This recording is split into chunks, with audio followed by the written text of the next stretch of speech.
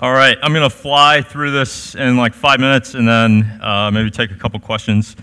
So I generally think that most management advice is worthless because management is all about situation-specific stuff. So I'm going to proceed to give you 5 minutes of management advice, even though I think most of it's worthless.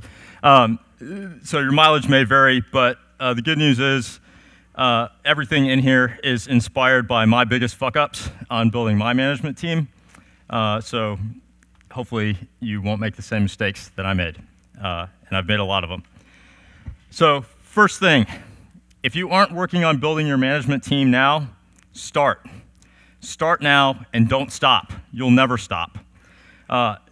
There's a tendency in startups, and this was a big mistake I made, to say, let's hit a milestone, and then once we hit that milestone, we'll go hire a marketing person, a BD person, an eng person, whatever it is. Let me tell you, executive recruiting is a pain in the ass. Finding the right people is a pain in the ass. Interviewing them is a pain in the ass. Closing them is a pain in the ass. The comp negotiation is a pain in the ass. Like everything about it, it's super time consuming.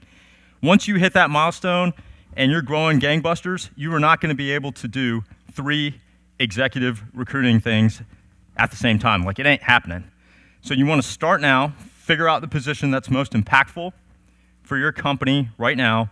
Start. You're going to do eng, then you'll do BD, then you'll do marketing, then you'll do your CFO, whatever.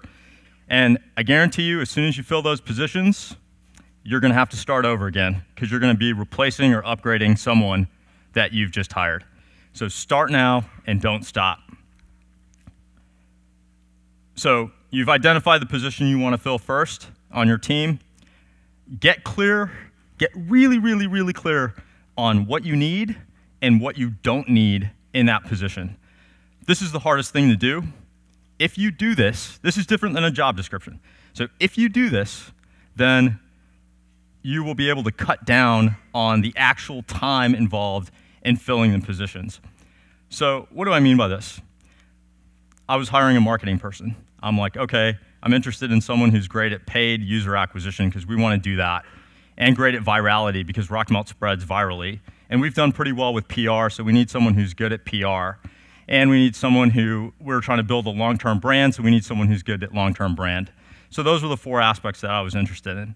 Let me tell you, nobody exists who's great at all 4 of those things. That person doesn't exist. That is a unicorn. And if you find one, great, hire them. But for the rest of us on Earth, like, you gotta prioritize. You can find someone who's good at all of those things. Good is not the goal. Good doesn't help you. Hire for strength in the couple, 1, maybe 2, maybe 3 areas that matter. That's it. Hire for strength in those areas. Hire someone who's world-class in the area that is most impactful for you. Don't hire someone who's kind of good at everything, okay? A good way to kind of bound, what I found is a good way to bound what you're looking for is shorten the time horizon. So forget about what you're going to need 2 years from now. Think about what you're going to need for the next 12 months. Because the truth is, that's all the visibility you have at a startup. You have 12 months of visibility. So think about, okay, over the next 12 to 18 months, what do I need out of this role? And that's all that matters. Short and concise. Getting this definition right, that is the hard thing. That is going to be the most contentious thing that happens. Your board will have opinions on it. Your team will have opinions on it. So ultimately, you have to decide what it is and what it isn't that you're looking for, and get that communication to everybody who's going to be on the team. And like, you gotta, you know, this is where you have to have the balls to like overrule your team and overrule your board, because they're going to all have opinions on this. So once you're clear on that, then go find world class in this, in whatever those areas are. Quick story. So we have 2 really important partnerships, one with Facebook, one with Google. I negotiated those partnerships. So I'm hiring a BD person. So I'm like, wow, we go through the deals, and this person is like giving me all this advice on what they could have done better and how they could have structured things better, et cetera, et cetera. And I'm like, wow, this is great. So I send that candidate to go interview with Ben Horowitz. and who knows a lot about deal making. And Ben calls me up after he interviews him and said, Eric, that guy sucks. And I was like, really? He gave me so much advice on what I could have done better. And he said, Eric, don't forget, you suck too. Really, really good advice. I'm not a deal guy. So being better than me at doing deals doesn't mean jack shit, right? It's not hard to find someone who's better than you guys are at marketing or engineering or whatever, anything outside of your domain. It's just not that hard. That's the lowest possible bar, right?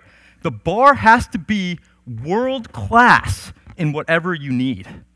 And you probably can't identify world class in domains that you're not an expert in.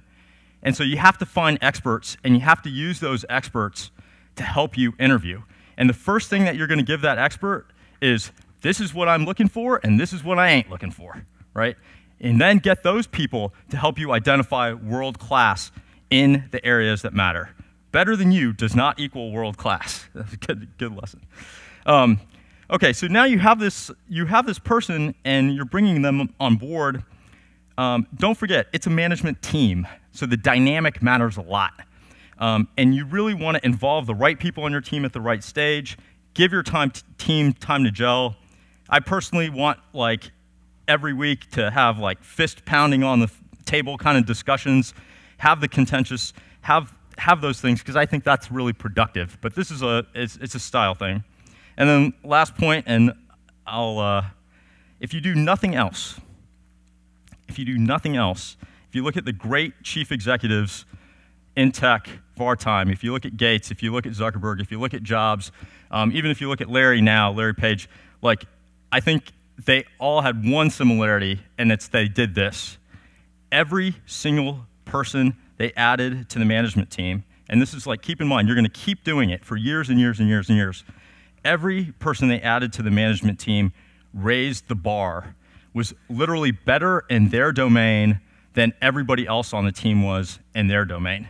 And as soon as you do that, if you do that, you will ultimately be unstoppable, because your team just keeps getting sharper and sharper and sharper and sharper. And as soon as that person comes on board, everyone else is like, oh shit, like, I got to step up my game too.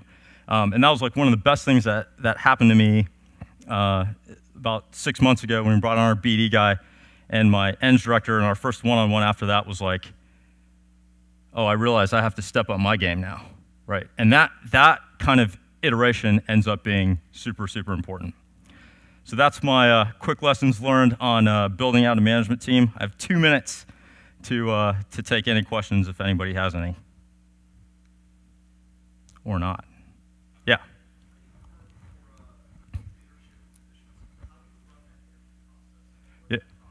Yeah, so it all starts with the definition.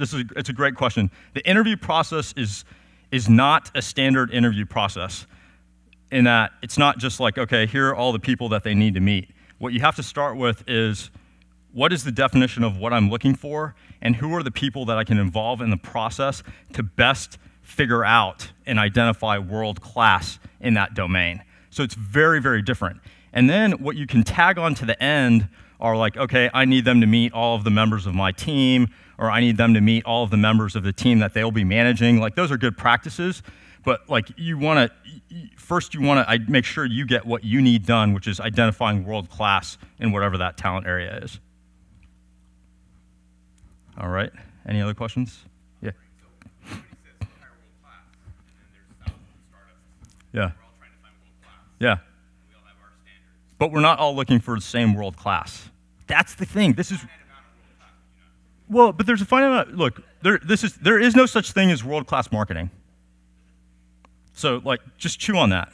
There's some domain inside of it. There's something specific that you need done within that, within marketing or within BD or within whatever. So there is no, that's the thing. There's a lot more world class people if you can get clear on what you need. Right? And that's the mistake people make. They're like, oh, we need world-class marketing. What the hell is world-class marketing? It doesn't mean anything, right? What's world-class running engineering? It doesn't mean anything, right? There's a lot of different ways to do it. And so it's figuring out, the clarity is around the definition. And if you do that, then that ends up being, you'll end up realizing there's a lot more people.